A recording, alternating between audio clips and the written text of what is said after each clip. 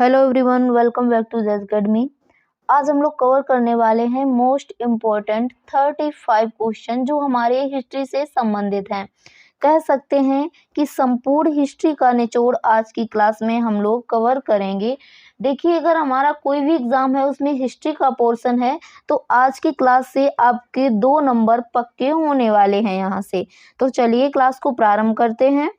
Question हमारा first दिया गया है कि इतिहास के पिता यानी द फादर ऑफ हिस्ट्री की पदवी सही अर्थों में निम्न में किससे संबंधित है।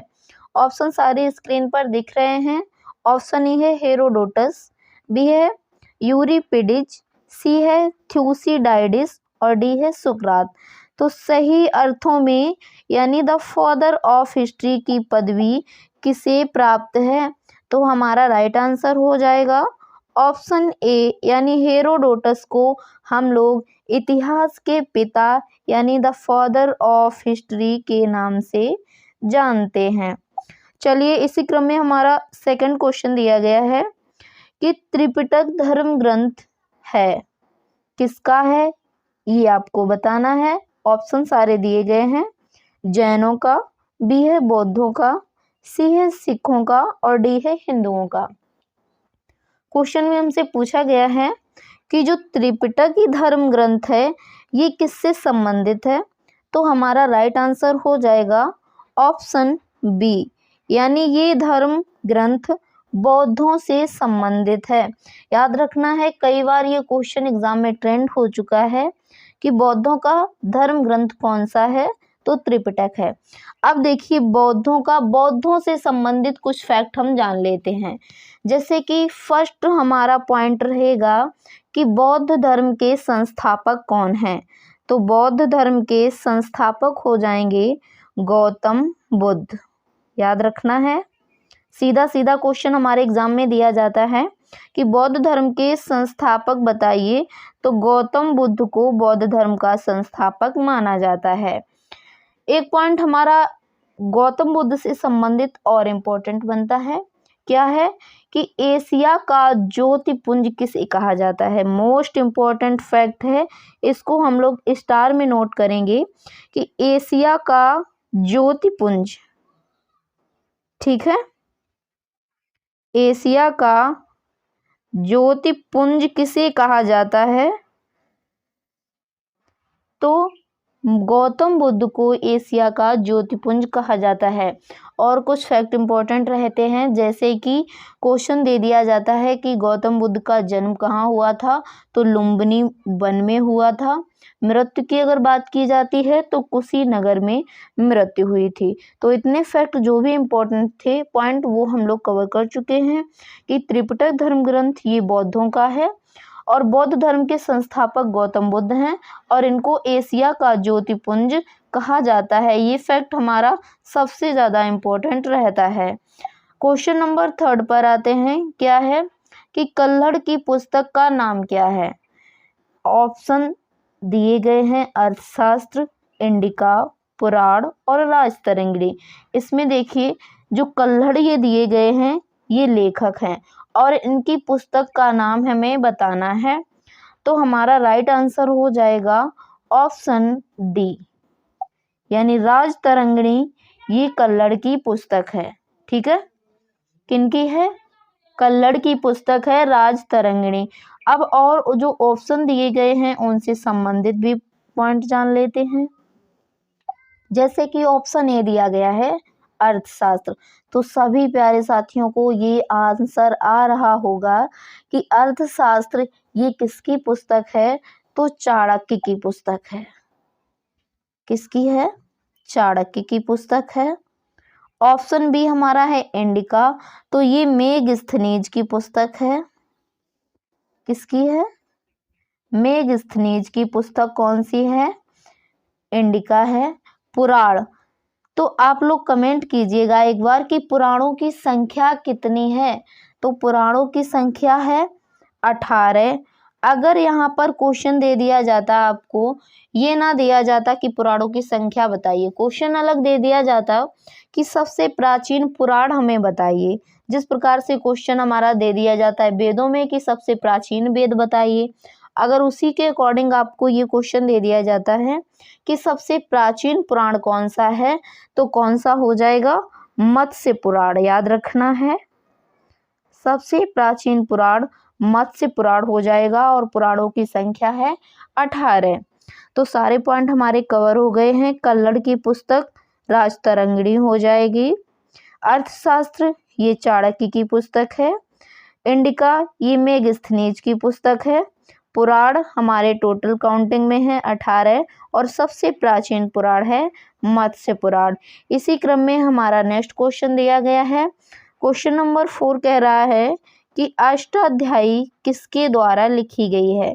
यानी इसमें जो पुस्तक है वो अष्टाध्यायी है और क्वेश्चन दिया गया है कि इसके राइटर बताने हैं।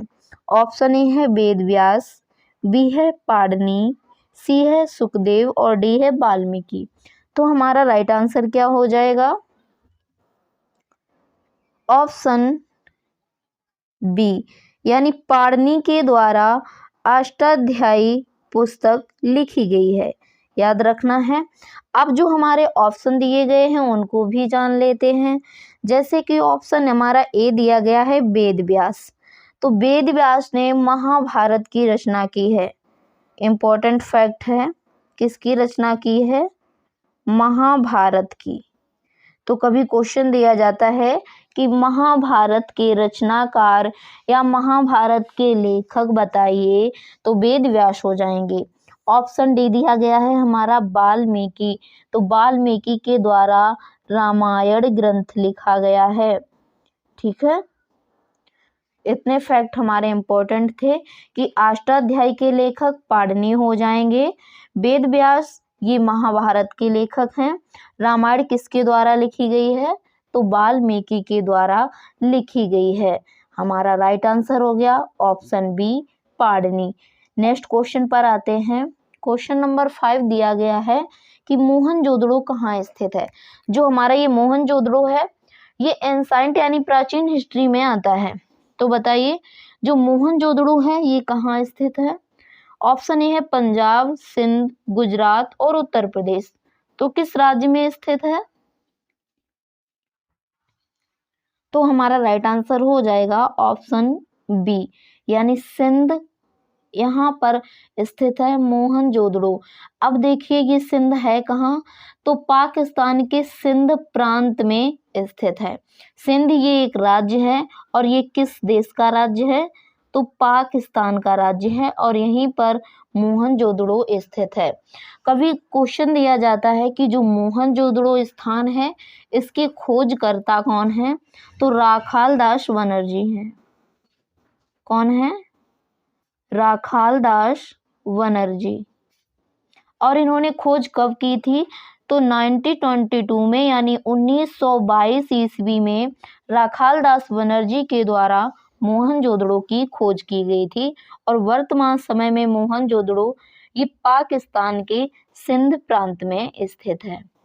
ठीक है, अगला क्वेश्चन देखिए। क्वेश्चन नंबर 6 हमारा दिया गया है कि सिंधु सभ्यता में बृहद स्नानागार पाया गया है। ऑप्शन सारे स्क्रीन पर दिए गए हैं। ऑप्शन ए है मोहनजोदड़ो में, बी है हड़प्पा में, सी है लोथल में और डी है कालीबंगा में। यानी क्वेश्चन हमसे पूछा गया है कि जो सिंधु सभ्यता है इसमें जो बृहद स्नानागार पाया गया था, मिला था, खोज हुई थी, उस स्थान पर यानी किस स्थान पर इसकी खोज हुई थी, कहाँ से हमें प्राप्त हुआ था बृहद स्नानागार। तो हमारा राइट आंसर हो जाएगा ऑप्शन ए, यानी मोहनजोदड़ो से हमें बृहद स्नानागार मिला था। ठीक है, अब देखिए जो मोहनजोदड़ो स्थान है इससे एक इम्पोर्टेंट फैक्ट बनता है, जैसे कि इसको मृतकों का टीला भी कहा जाता है। ठीक है, किसको कहा जाता है, मोहनजोदड़ो को मृतकों का टीला कहा जाता है। ये क्वेश्चन कई बार एग्जाम में ट्रेंड हुआ है। क्वेश्चन दिया जाता है हमारा कि मृतकों का टीला किसे कहते हैं, उसमें सारे ऑप्शन रहते हैं, जैसे कि मोहनजोदड़ो हुआ, हड़प्पा हुआ, लोथल हुआ, कालीबंगा हुआ। इस तरह के ऑप्शन दे दिए जाते हैं और क्वेश्चन किया जाता है कि मृतकों का टीला बताइए। तो हमारा राइट आंसर हो जाएगा मोहनजोदड़ो को मृतकों का टीला कहा जाता है। क्वेश्चन नंबर 7 पर आते हैं कि जैन परंपरा के अनुसार जैन धर्म में कुल कितने तीर्थंकर हुए हैं। ये हाल ही में हमारा क्वेश्चन इम्पोर्टेंट रहा है, कई बार ट्रेंड हुआ है। तो हमारे ऑप्शन हो जाएंगे, ऑप्शन ए है बी 20, बी है 22, सी है 24 और डी है 14। तो हमारा राइट आंसर क्या हो जाएगा? क्वेश्चन में दिया गया है कि जो जैन परंपरा है इसमें जैन धर्म में कुल कितने तीर्थंकर हुए हैं। तो हमारा राइट आंसर हो जाएगा ऑप्शन बी, ऑप्शन सी हमारा राइट आंसर हो जाएगा, यानी 24 तीर्थंकर हुए हैं जैन धर्म में। अब कुछ तीर्थंकर इंपॉर्टेंट रहेंगे, जैसे कि क्वेश्चन कभी हमें दिया जाता है कि जैन धर्म के पहले तीर्थंकर बताइए, या तो क्वेश्चन दिया जाता है 23 में बताइए या 24 में बताइए। तो इस तरह के फैक्ट इंपॉर्टेंट हो जाते हैं। सबसे फर्स्ट यानी पहले तीर्थंकर कौन है? तो ऋषभ देव है, याद रखना है। पहले तीर्थंकर ऋषभ देव हैं, ये पहले तीर्थंकर हो जाएंगे।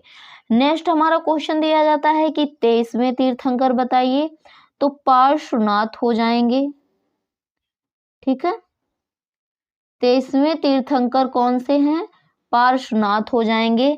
और अगला क्वेश्चन दिया जाता है 24वें तीर्थंकर बताइए, तो महावीर स्वामी, ये 24वें तीर्थंकर थे। ठीक है, ज्यादा हमसे क्वेश्चन विशेष नहीं दिया जाता है, ये नहीं पूछा जाता है कि 11वें बताइए या 12वें बताइए, इस तरह के नहीं दिए जाते हैं क्वेश्चन। क्वेश्चन हमारा यहाँ से बनता है, पहले दे दिए जाते हैं और 23वें और 24वें। ठीक है, अब देखिए एक फैक्ट और इम्पोर्टेंट रहेगा कि जैन धर्म के संस्थापक बताइए। तो कभी अगर संस्थापक की बात की जाती है तो हम लोग पहले तीर्थंकर यानी Rishabh Dev right answer tick करेंगे। अगर कभी क्वेश्चन दोबारा से ये दे दिया जाता है कि जैन धर्म के वास्तविक संस्थापक बताइए, तो हम महावीर स्वामी को लगाएंगे, क्योंकि वास्तविक संस्थापक महावीर स्वामी को माना जाता है और संस्थापक ऋषभ देव को माना जाता है। अगले क्वेश्चन पर आते हैं। पहले देखिए इसमें महावीर जो ये दिए गए हैं, इनके जन्म और मृत्यु के कुछ स्थान इम्पोर्टेंट रहते हैं, कई बार एग्जाम में पूछे गए हैं। तो जन्म इनका हुआ था कुंडग्राम में और मृत्यु पावापुरी यानी बिहार में हुई थी। क्वेश्चन नंबर 8 पर आइए, क्या है कि गुप्त वंश का संस्थापक कौन है? इंपॉर्टेंट क्वेश्चन है। ऑप्शन दिए गए हैं घटोत्कच गुप्त, सी है चंद्रगुप्त फर्स्ट, सी है श्रीगुप्त और डी है इनमें से कोई नहीं यानी नन ऑफ दीज। तो हमारा राइट आंसर क्या हो जाएगा?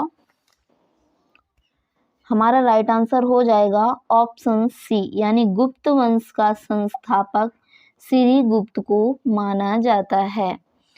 अब इनसे और भी फैक्ट बनेंगे, जैसे कि इसमें एक गुप्त वंश से संस्थापक और है, अगर आपको याद आता है समुद्रगुप्त। कौन है गुप्त वंश का संस्थापक? समुद्रगुप्त। ये संस्थापक नहीं है, ये गुप्त वंश से संबंधित है।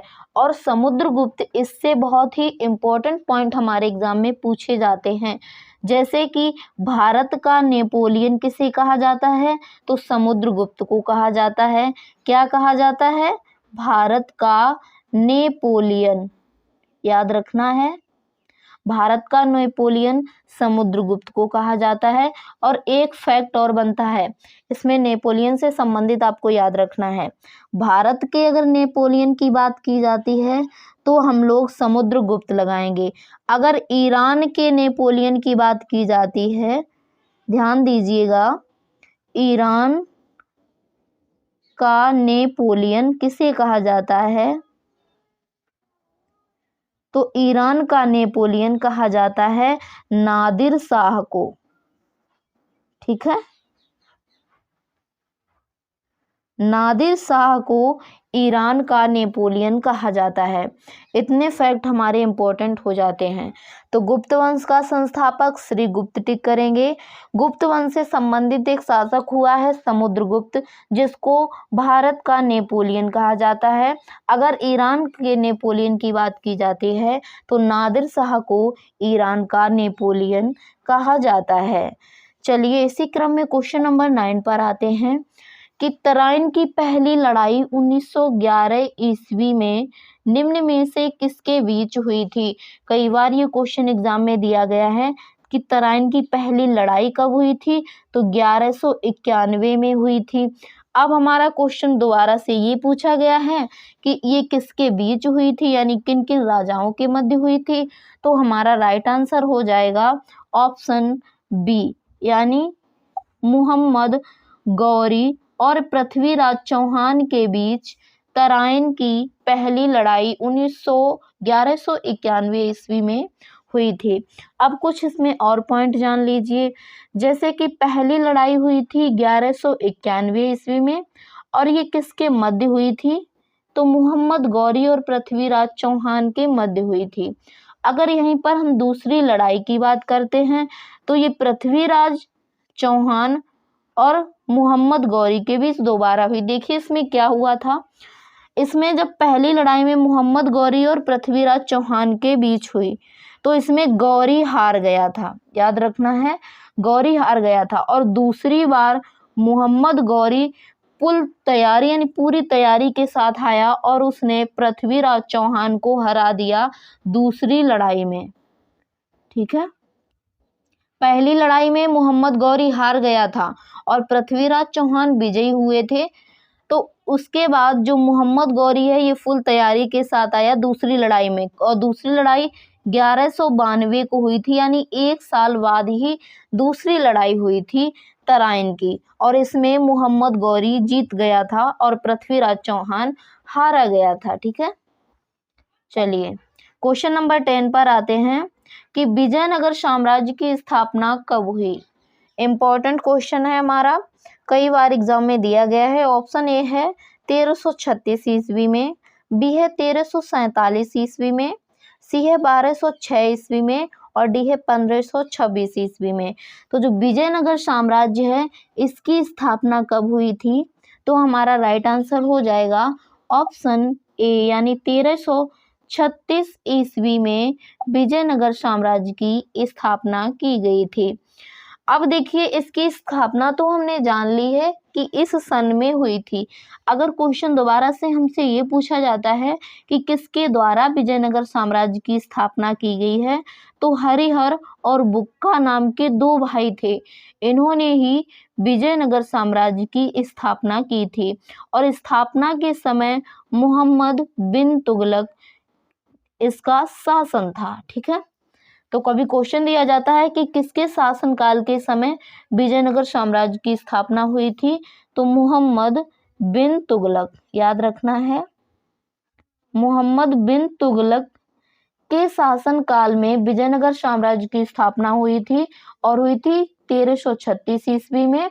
हरिहर और बुक्का नाम के दो भाइयों ने मिलकर की थी। अगले क्वेश्चन पर आते हैं, क्या है कि कश्मीर का शासक जो कश्मीर का अकबर नाम से जाना जाता है वह कौन है। क्वेश्चन था, ऑप्शन दिए गए हैं, शमसुद्दीन शाह, बी है सिकंदर बुतासिकन, डी है हैदर शाह, और डी है जैनुल आबदीन। तो हमारा राइट आंसर क्या होगा, देखिए क्वेश्चन दिया गया है कि कश्मीर का शासक था जिसे कश्मीर का अकबर के नाम से जाना जाता है, उसका नाम बताना है हमें। तो राइट आंसर हो जाएगा ऑप्शन डी, यानी जैनुल आबदीन को कश्मीर का अकबर के नाम से जाना जाता है। क्वेश्चन नंबर 12 पर आते हैं कि पानीपत की लड़ाई, तीसरी लड़ाई 1761 ईस्वी में किनके बीच हुई थी, यानी कौन कौन से राजा थे उनके बीच में जो तीसरी लड़ाई हुई थी और कब हुई थी। इसमें यह हमें पहले से बता रखा है कि 1761 में पानीपत की तीसरी लड़ाई हुई थी। तो हमारा राइट आंसर हो जाएगा ऑप्शन ए, यानी बाजीराव जो पेशवा बाजीराव सेकंड और अहमद शाह अब्दाली हैं, इनके बीच में पानीपत की तीसरी लड़ाई हुई थी। चलिए अगले क्वेश्चन पर आते हैं। क्वेश्चन नंबर दिया गया है हमारा 13 कि शिवाजी के राजनीतिक गुरु एवं संरक्षक कौन थे। पिछली बार ये क्वेश्चन हमारा पैट में दिया गया था कि शिवाजी के राजनीतिक गुरु और संरक्षक कौन थे। ऑप्शन ए है समर्थ रामदास, बी है शाहजी भोसले, सी है दादाजी कोंडदेव और डी है इनमें से कोई नहीं यानी नन ऑफ दीज। तो हमारा राइट आंसर क्या हो जाएगा, शिवाजी के राजनीतिक गुरु कौन होंगे, तो ऑप्शन सी हमारा राइट आंसर हो जाएगा, यानी दादाजी कोंडदेव ये शिवाजी के राजनीतिक गुरु हैं। ठीक है, चलिए अगले क्वेश्चन पर आते हैं। क्वेश्चन हमारा दिया गया है कि आधुनिक भारत में हिंदू धर्म में पहला सुधार आंदोलन था। इंपॉर्टेंट क्वेश्चन है। ऑप्शन ए है ब्रह्म समाज, बी है आर्य समाज, सी है थियोसॉफिकल सोसाइटी और डी है रामकृष्ण मिशन। तो इसमें हमारा राइट आंसर हो जाएगा ऑप्शन ए यानी ब्रह्म समाज। ठीक है, अब देखिए ब्रह्म समाज, इसके संस्थापक की अगर बात की जाती है तो राजा राम मोहन हो जाएंगे। याद रखना है, राजा राम मोहन, इन्होंने ब्रह्म समाज की स्थापना की थी। ऑप्शन बी दिया गया है आर्य समाज। तो कभी दिया जाता है कि आर्य समाज के संस्थापक कौन है, तो दयानंद सरस्वती को आर्य समाज का संस्थापक माना जाता है। ठीक है, तो आर्य समाज के संस्थापक दयानंद सरस्वती हो जाएंगे और ब्रह्म समाज के संस्थापक राजा राम मोहन हो जाएंगे। और आधुनिक भारत में हिंदू धर्म में पहला सुधार आंदोलन ब्रह्म समाज को ही माना जाता है। क्वेश्चन नंबर अगले पर आइए। क्वेश्चन दिया गया है कि भारत में अंग्रेजी शिक्षा किसके द्वारा लागू की गई थी। इंपॉर्टेंट क्वेश्चन है, कई बार एग्जाम में दिया भी गया है। ऑप्शन ए है वॉरेन हेस्टिंग, बी है लॉर्ड रिपन, सी है लॉर्ड डलहौजी और डी है विलियम बेंटिंग। तो हमारा राइट आंसर क्या हो जाएगा, ऑप्शन डी यानी विलियम बेंटिंग। ठीक है, विलियम बेंटिंग हमारा राइट आंसर हो जाएगा, यानी भारत में जो अंग्रेजी शिक्षा है ये विलियम बेंटिंग के द्वारा लागू की गई थी। अब देखिए अगर क्वेश्चन ये दिया जाता हमारा कि भारत में अंग्रेजी शिक्षा के जनक कौन है, तो जनक की अगर बात की जाती है तो लॉर्ड मैकाले हो जाएंगे। याद रखना है, जनक लॉर्ड मैकाले हैं भारत में अंग्रेजी शिक्षा के। और अगर भारत में अंग्रेजी शिक्षा लागू की बात की जाती है तो विलियम बेंटिंग ने लागू की थी। दोनों फैक्ट सेम हैं बट थोड़ा सा डिफरेंस होने के कारण हमारे आंसर चेंज हो जाते हैं, इसलिए हमें दोनों फैक्ट याद रखने हैं। जनक की बात की जाएगी तो लॉर्ड मैकाले और शिक्षा लागू करने की बात की जाएगी तो हम लोग विलियम बेंटिंग आंसर टिक करेंगे। अगले क्वेश्चन पर आते हैं कि राजा राम मोहन राय द्वारा ब्रह्म समाज की स्थापना कब की गई थी। इंपॉर्टेंट क्वेश्चन है, ऑप्शन सारे दिए गए हैं। 1816 में, बी है 1820 में, सी है 1828 में और डी है 1830 में। तो हमारा राइट आंसर क्या हो जाएगा, हमारा राइट आंसर हो जाएगा ऑप्शन सी यानी 1828 ईस्वी में ब्रह्म समाज की स्थापना की गई थी। किसके द्वारा की गई थी, तो राजा राम मोहन राय के द्वारा की गई थी। और ये जो आंदोलन था कौन सा, ब्रह्म समाज, तो ये हिंदू धर्म में पहला धर्म सुधार आंदोलन था। अभी पिछला क्वेश्चन हमारा इससे ही रिलेटेड था। ठीक है, अब ये क्वेश्चन हमारा जो राजा राम मोहन राय हैं इनसे संबंधित आता है कि आधुनिक भारतीय समाज के जन्मदाता कौन है। याद नोट कीजिए ये पॉइंट, आधुनिक भारतीय समाज के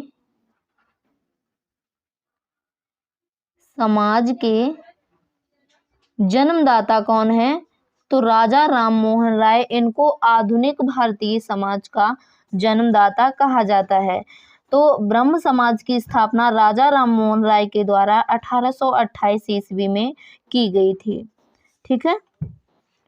ऑप्शन, और देखिए दूसरा फैक्ट हमारा बनता है इससे कि भाषाई, जो भारतीय भाषाई के प्रवर्तक हैं, ये भी राजा राम मोहन राय को ही माना जाता है। चलिए क्वेश्चन नंबर नेक्स्ट पर आते हैं। क्या है कि 1857 के विद्रोह के समय भारत का गवर्नर कौन था? इंपॉर्टेंट क्वेश्चन है हमारा। तो ऑप्शन दिए गए हैं, लॉर्ड डलहौजी, बी है लॉर्ड विलियम बेंटिंग, सी है लॉर्ड कैनिंग और डी है लॉर्ड लिटन। तो हमारा राइट आंसर क्या होगा? ऑप्शन ए हमारा राइट आंसर हो जाएगा कि लॉर्ड डलहौजी को 1857 के विद्रोह के समय ये भारत का गवर्नर जनरल था।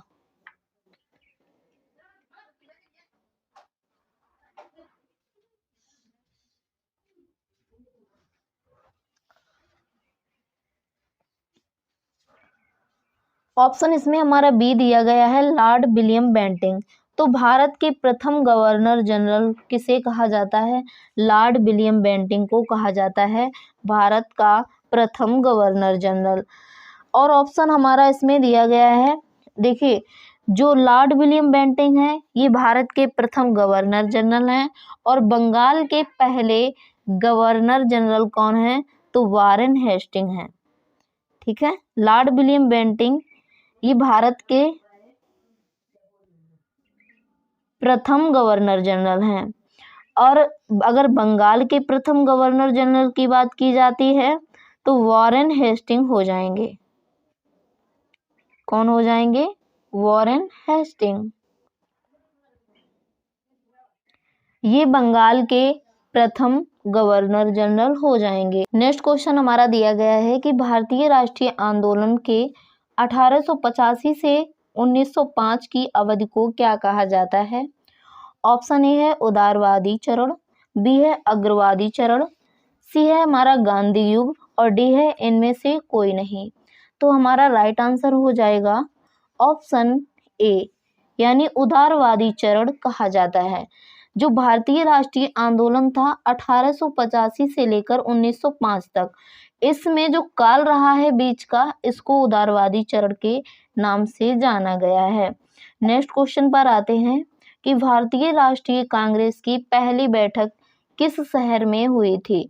इंपॉर्टेंट क्वेश्चन है हमारा। ऑप्शन सारे स्क्रीन पर दिख रहे हैं, कोलकाता, बम्बई, अहमदाबाद और इलाहाबाद। तो हमारा राइट आंसर क्या हो जाएगा? ऑप्शन बी, यानी बम्बई में भारतीय राष्ट्रीय कांग्रेस की पहली बैठक हुई थी। पहली बैठक कहाँ हुई थी? मुंबई में हुई थी। अगर कभी क्वेश्चन दिया जाता है कि जो भारतीय राष्ट्रीय कांग्रेस है इसकी स्थापना कब हुई थी, तो 1885 ईस्वी में भारतीय राष्ट्रीय कांग्रेस की स्थापना हुई थी, और इसका नेतृत्व किसने किया था? तो ए.ओ. ह्यूम ने किया था। याद रखना है, ए.ओ. ह्यूम ने भारतीय राष्ट्रीय कांग्रेस की जो पहली बैठक हुई थी उसमें अध्यक्ष थे ए.ओ. ह्यूम। और कब हुई थी भारतीय राष्ट्रीय कांग्रेस की स्थापना? 1885 ईस्वी में हुई थी। क्वेश्चन नंबर 20 पर आते हैं कि निम्नलिखित कांग्रेसी नेताओं में से किसको भारत का महान वृद्ध कहा जाता है, यानी grand old man of India किसे कहा जाता है? ऑप्शन ए है महात्मा गांधी, बी है बाल गंगाधर तिलक, सी है दादा भाई नौरोजी और डी है मदन मोहन मालवीय। तो हमारा राइट आंसर क्या हो जाएगा? ऑप्शन सी, यानी दादा भाई नौरोजी को क्या कहा जाता है? दादा भाई नौरोजी को हम लोग कहते हैं grand old man of India के नाम से जाना जाता है। ऑप्शन ए हमारा दिया गया है महात्मा गांधी। तो महात्मा गांधी को मलंग बाबा के नाम से भी जानते हैं, भिखारियों के राजा के नाम से भी जानते हैं, और सबसे इम्पोर्टेंट जो रहता है वो है कर्मवीर। याद रखना है, कर्मवीर के नाम से भी महात्मा गांधी को जाना जाता है। ऑप्शन बी दिया गया है बाल गंगाधर तिलक। तो बाल गंगाधर तिलक को लोकमान्य की उपाधि प्राप्त है। किसकी उपाधि प्राप्त है? लोकमान्य की उपाधि बाल गंगाधर को प्राप्त है।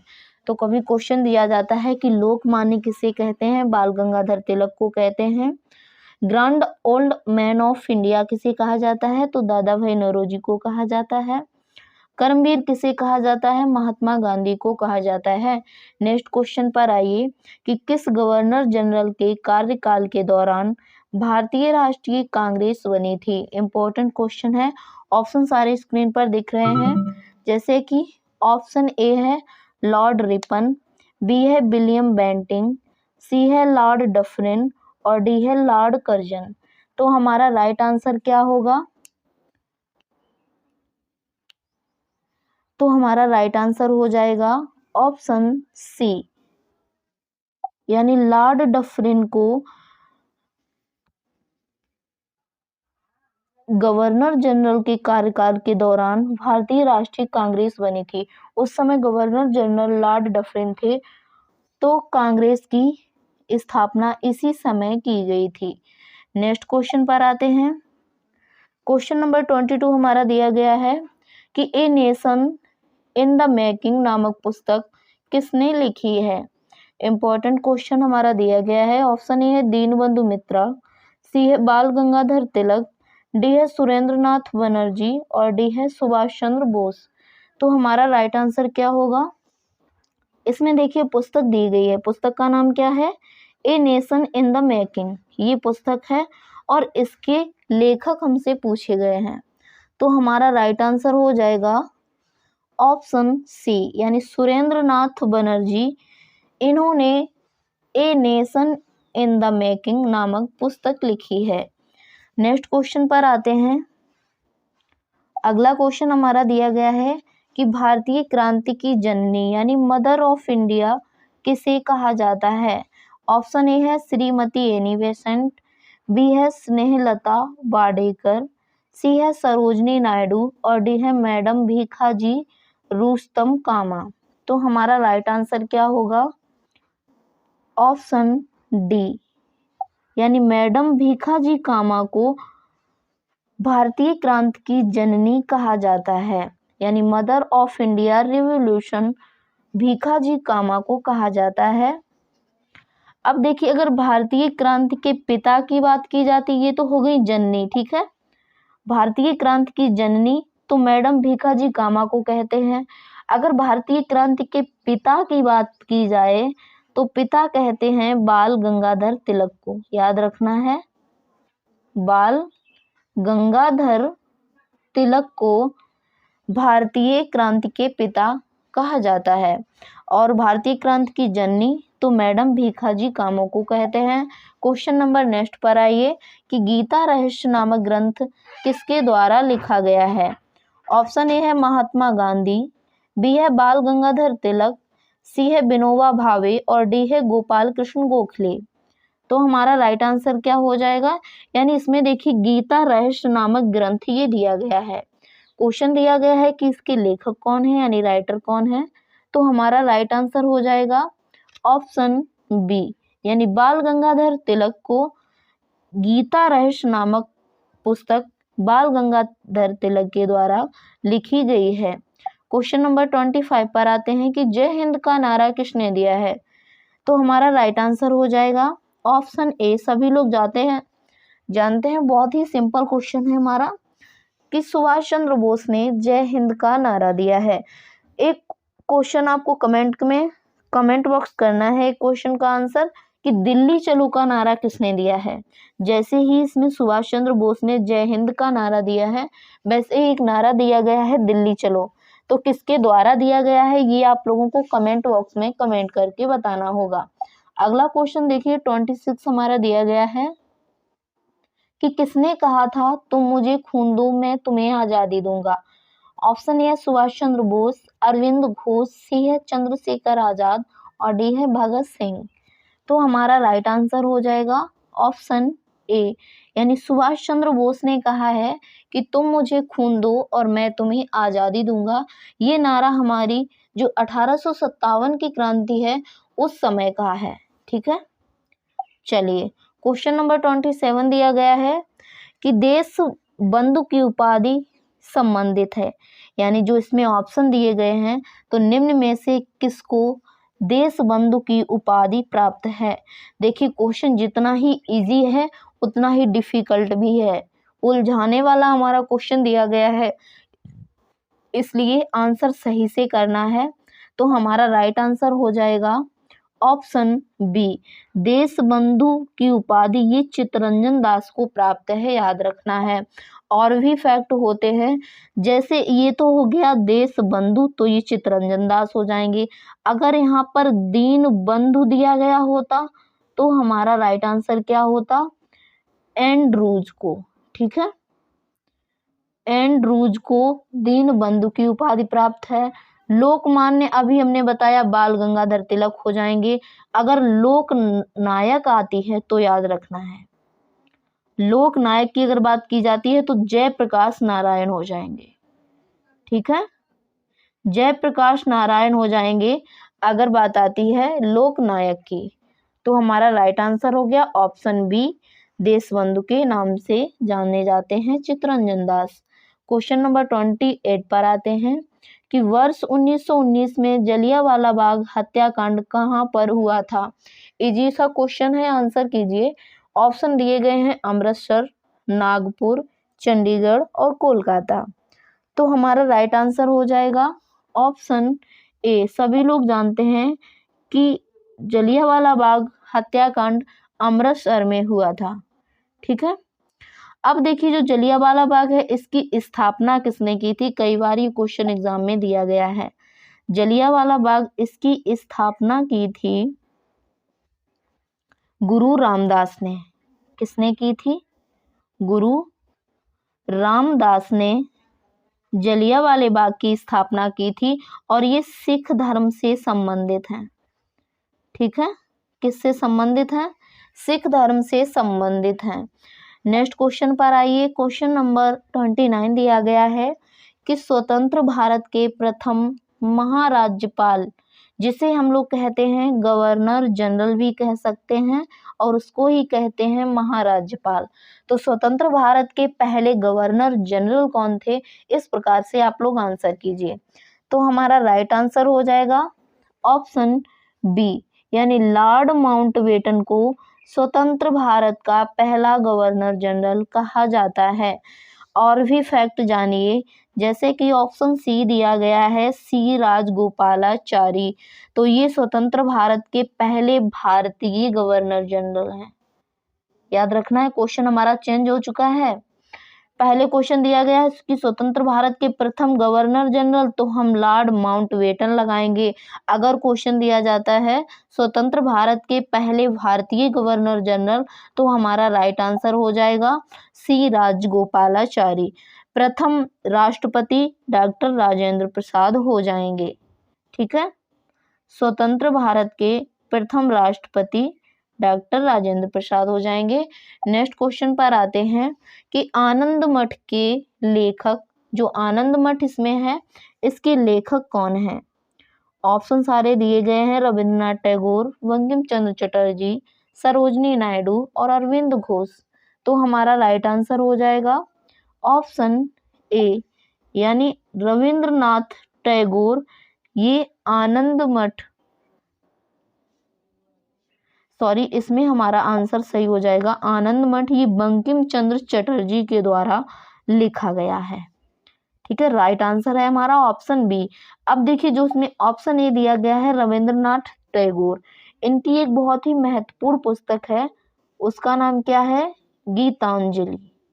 याद रखना है, क्वेश्चन दिया जाता है कि गीतांजलि जो पुस्तक है इसके लेखक कौन है, तो रविंद्रनाथ टैगोर हैं। आनंद मठ के लेखक कौन है, तो ये बंकिम चंद्र चटर्जी हो जाएंगे।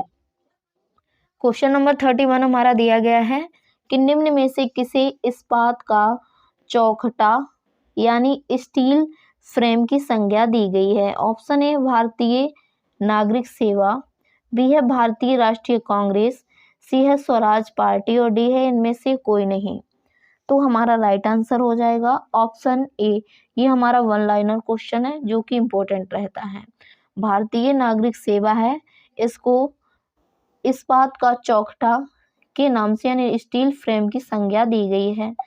32 पर आते हैं। क्वेश्चन दिया गया है कि स्वतंत्र भारत का अंतिम गवर्नर जनरल कौन था। ऑप्शन हमारा दिया गया है सी राजगोपालाचारी, बी है राजेंद्र प्रसाद, सी है लॉर्ड माउंटबेटन और डी है लॉर्ड कैनिंग। तो हमारा राइट आंसर हो जाएगा ऑप्शन ए, यानी स्वतंत्र भारत का अंतिम गवर्नर जनरल सी राजगोपालाचारी को कहते हैं। क्वेश्चन नंबर 33 पर आते हैं कि गोदान और गबन दोनों एक ही लेखक की रचनाएं हैं, उनका नाम बताइए। हिंदी में बहुत ही फेमस कवि हैं। तो हमारा राइट आंसर होगा ऑप्शन बी, यानी मुंशी प्रेमचंद को गोदान और गबन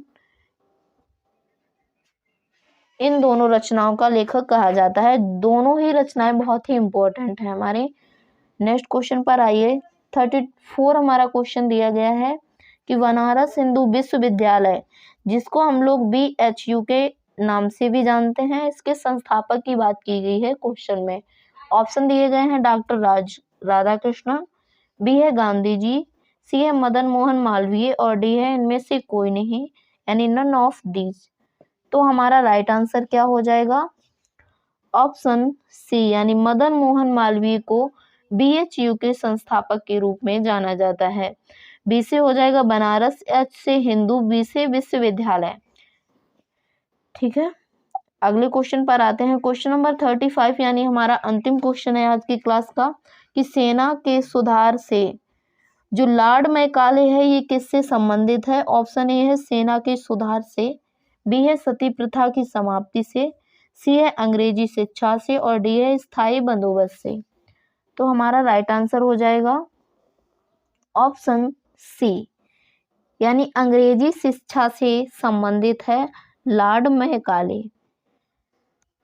तो आज की हमारी जो हिस्ट्री की संपूर्ण क्लास थी वो आज यहीं पर हम लोग समाप्त करते हैं। फिर हम लोग लाते हैं इसी प्रकार की वीडियो जिसमें हम लोग बहुत अच्छे अच्छे क्वेश्चन कवर करेंगे। तो आज की क्लास यहीं पर समाप्त करते हैं। Everyone, thanks all of you.